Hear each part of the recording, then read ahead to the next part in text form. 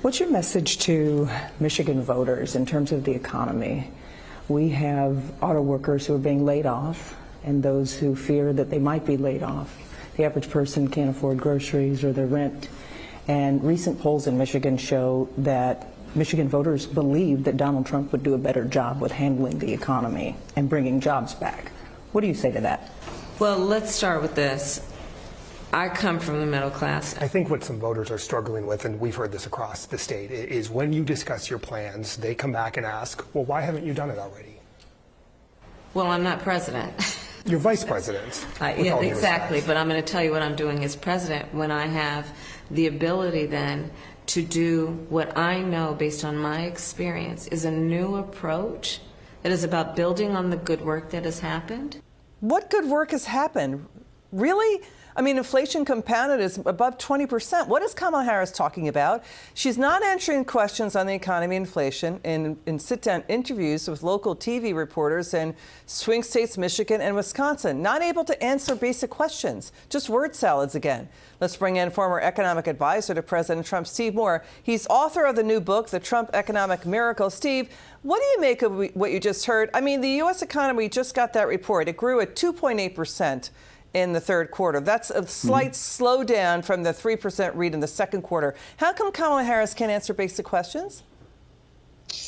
Well, I think she's got a tough job, frankly, because the Biden economy has been mostly a disaster, and she has to defend that. And I feel sorry for her for having to defend these policies. No, she voted for many of these policies. She was the tie-breaking vote, and she also can't find anything she would do differently. But I think she's sort of backhandedly acknowledging that the policies that Joe Biden has put in place have hurt middle-class families. That's why prices are 20% more expensive today. That's why people can't afford a mortgage. That's why you're seeing home ownership rates go down, et cetera, et cetera. So she's been dealt a bad hand. But if you're asking me to interpret what she's saying on the economy and what her plan is, I still don't understand it. I mean, it's like speaking in hieroglyphics, and you need like captions on it all the time. So, you know, you're right. She was a tie. Can I just say one thing about the Liz? Yeah, go ahead. There is no ambiguity about what Donald Trump is going to do, right? Right. I mean, there's no ambiguity agree there. With him or you ain't.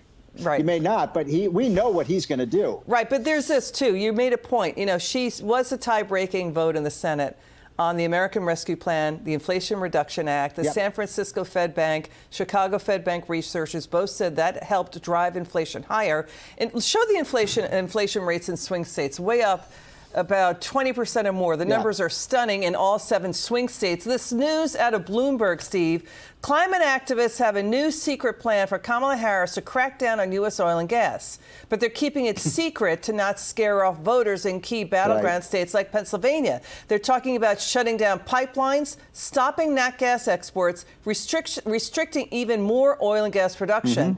What do you make of all this? Isn't Trump and J.D. Vance saying we got to lower energy prices because when you do that, inflation would go down? Wouldn't this trigger energy shortages and put an economic strain if Kamala wins and does all that? Sure, it would, but it's no secret. You know this because Kamala Harris has signed off on the idea of net zero, which so people understand what net zero is. It means no oil, no gas, no coal. We give up 80% of our energy. I mean, that's a dingbat economic idea. They're trying to run away from it, but this is the policy that she's endorsed. It's the reason, by the way, that gasoline prices today, even though they've come down a bit, they are still about 35 to 40% more expensive today for gas than when Trump was president. All right, Steve Moore, you laid it out there clearly. Thank you, Steve Moore. It's wonderful to see you again. It's good to see you. You too.